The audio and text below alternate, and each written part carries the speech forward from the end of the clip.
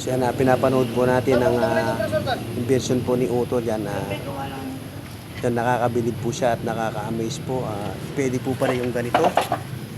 Yan. Napakaganda po ng kanyang apoy. So yan, ito pong nagpapa-apoy dito. Ayan, bumili po siya ng isang segunda manong tangke dito sa may junk shop. Ayan, at mayroon po siyang dito. Ayan. Tapos ano lang po siya ng compressor. Pwede po yung dibomba. Ayan. Bali, ito pong gas nito ay galing po sa motor natin. Ayan, hindi bahagya lang po siyang nababawasan para po siyang sinisinghot. Parang sinisinghot lang po yung unleaded. Ito po ay isang tubig. Ayan. Ito po ay galing ito po isang hangin. Tapos ito po ay pumupunta po doon. Ayan. Tapos parang tinutulak po niya ito dito. Ayan. Tapos mayroon po siyang alternate na hose dito.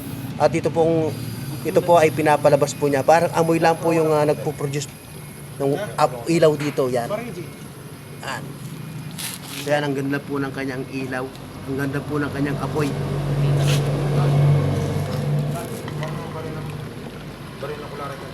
So yan, parang hindi po nababawasan yung gas.